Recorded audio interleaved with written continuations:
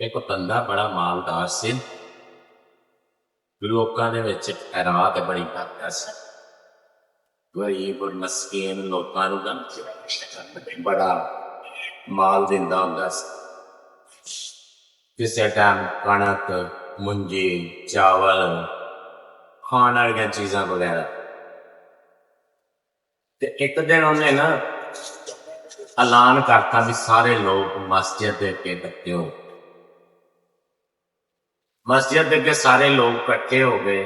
ਉਹਨਾਂ ਦੇ ਵਿੱਚ ਕਈ ਐਸੇ ਬੰਦੇ ਸੀ ਕਿ ਜਿਹੜੇ ਮੁਸਤਹਿਕ ਵੀ ਨਹੀਂ ਸੀ, ਮਾਲ ਲੈਣ ਦੇ ਮੁਸਤਹਿਕ ਵੀ ਨਹੀਂ ਸੀ, ਸਾਦੇ ਵੀ ਸੀ।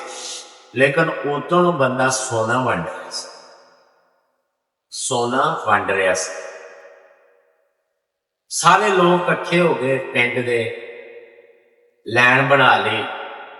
ਲੈਣ ਬਣਾ ਕੇ ਤੇ ਇੱਕ ਬੰਦਾ ਜਿਹੜਾ ਸੀ ਨਾ ਸਾਰੇ ਪਿੰਡ ਦੇ ਵਿੱਚੋਂ ਅਲੱਗਾ ਹੀ ਪੈ ਗਿਆ। ਉਹ ਲੈਣ ਦੇ ਵਿੱਚ ਖੜਾ ਥਾ। ਉਹ ਜਦੋਂ ਮਾਲ ਵੰਡਣ ਵਾਲੇ ਦੀ ਨਜ਼ਰ ਪਈ, ਸੋਨਾ ਵੰਡਣ ਵਾਲੇ ਦੀ ਨਜ਼ਰ ਪਈ ਨਾ ਵੀ ਉਹ ਬੰਦਾ ਅਲੱਗਾ ਬੈਠਾ ਹੋਇਆ, ਉਹਨੂੰ ਬੁਲਾਓ। ਉਹਨੂੰ ਜਦੋਂ ਪੁੱਛਿਆ, ਬੁਲਾਇਆ, ਮੁਲਾਜ਼ਮ ਕਹਿ ਉਹਨੂੰ ਬੁਲਾਇਆ। ਉਹਨੇ ਕਿਹਾ ਯਾਰ ਵੀ ਸਾਹਿਬ ਬੁਲਾ ਰਿਹਾ, ਚੌਧਰੀ ਬੁਲਾ ਰਿਹਾ। ਉਹ ਅੱਗੋਂ ਬੈਠਾ ਕਹਿੰਦਾ ਵੀ ਤੁਸੀਂ ਆਪਣੇ ਸਾਹਿਬ ਨੂੰ, ਚੌਧਰੀ ਨੂੰ ਕਹੋ ਕਿ ਤੂੰ ਹੀ ਥੋੜਾ ਜਿਹਾ ਉਹਦੇ ਜੇ, ਤੂੰ ਹੀ ਥੋੜਾ ਜਿਹਾ ਪੂਰੇ ਹੀ ਲਿਆ। ਇੱਥੇ ਦੱਸਦਾ ਜਾਵਾਂ ਕਿ ਕਿਸੇ ਬੰਦੇ ਨੂੰ ਤੁਸੀਂ 2-4 ਦਿਨ ਸਲਾਮ ਜਾ ਕੇ ਪਿੱਛੇ ਲੈ ਲਓ ਨਾ ਤੇ ਦੁਨੀਆ ਅੱਗੇ ਅੱਗੇ ਜਾਏਗੀ। ਦੁਨੀਆ ਬੜੀ ਅੱਗੇ ਅੱਗੇ ਜਾਏਗੀ ਕਿ ਇਹਨੂੰ ਪਤਾ ਨਹੀਂ ਕਰੇ ਕੀ ਮਤਲਬ ਆ, ਕੀ ਜ਼ਰੂਰਤ ਆ। ਤੇ ਜੇ ਤੁਸੀਂ ਆਪਣਾ ਚੁੱਪ ਕਰ ਜਾਓ, ਆਪਣੇ ਤਮੀਜ਼ ਦੇ ਦਾਇਰੇ 'ਚ ਰਹੋ, ਤੇ ਫਿਰ ਦੁਨੀਆ ਕਹੇਗੀ ਕਿ ਮਗਰੂਰ ਆ, ਇਹ ਬੜਾ ਮਗਰੂਰ ਆ। ਇਹ ਦੁਨੀਆ ਹੈ, ਦੁਨੀਆ ਗੋਲ ਆ। ਜਿਹੜੇ ਪਾਸੇ ਵੀ ਤੁਸੀਂ ਹੋਵੋਗੇ ਦੁਨੀਆ ਉਸੇ ਪਾਸੇ ਹੀ ਨਹੀਂ ਛੱਡ। ਖੈਰ ਸੋਨਾ ਵੰਡਣ ਵਾਲਾ, ਉਹਨੇ ਸੋਨਾ ਵੰਡਣਾ ਬੰਦ ਕੀਤਾ ਤੇ ਉਹ ਬੰਦੇ ਵੱਲ ਨੂੰ ਹੋ ਗਿਆ। ਥੋੜਾ ਜਿਹਾ ਸੋਨਾ ਵੰਡਣ ਵਾਲਾ ਮਾਲਦਾਰ ਬੰਦਾ ਜਿਹੜਾ ਸੀ, ਸਾਹਿਬ ਸੀ, ਉਹ ਥੋੜਾ ਜਿਹਾ ਅੱਗੇ ਹੋਇਆ ਤੇ ਥੋੜਾ ਜਿਹਾ ਜਿਹੜਾ ਬੰਦਾ ਬੈਠਾ ਸੀ ਉਹ ਵੀ ਥੋੜਾ ਜਿਹਾ ਖੁੰਝਿਆ ਨੂੰ ਹੋ ਗਿਆ। ਯਾਨੀ ਕਿ ਤਲਕ ਦੋਵਾਂ ਘਰਾਂ ਨੂੰ ਥੋੜਾ ਥੋੜਾ ਲਾਗੇ ਹੋਣਾ ਪੈਂਦਾ। ਇਹ ਨਹੀਂ ਕਿ ਤੁਸੀਂ ਚੱਲ ਕੇ ਪਿੱਛੇ ਸਲਾਮ ਲੈਂਦੇ ਰਹੋ, ਇਹ ਨਹੀਂ ਹੁੰਦਾ। ਦੋਵਾਂ ਘਰਾਂ ਨੂੰ ਥੋੜਾ ਥੋੜਾ ਲਾਗੇ ਹੋ ਕੇ ਫਿਰ ਤਲਕ ਕਾਇਮ ਰਹੇ। ਖੈਰ ਉਹ ਜਿਹੜਾ ਬੰਦਾ ਬੈਠਾ ਸੀ ਉਹਨੇ ਪੁੱਛਿਆ ਸਾਹਿਬ ਨੂੰ ਕਿ ਤੂੰ ਮੈਨੂੰ ਕੀ ਦੇ ਸਕਦਾ।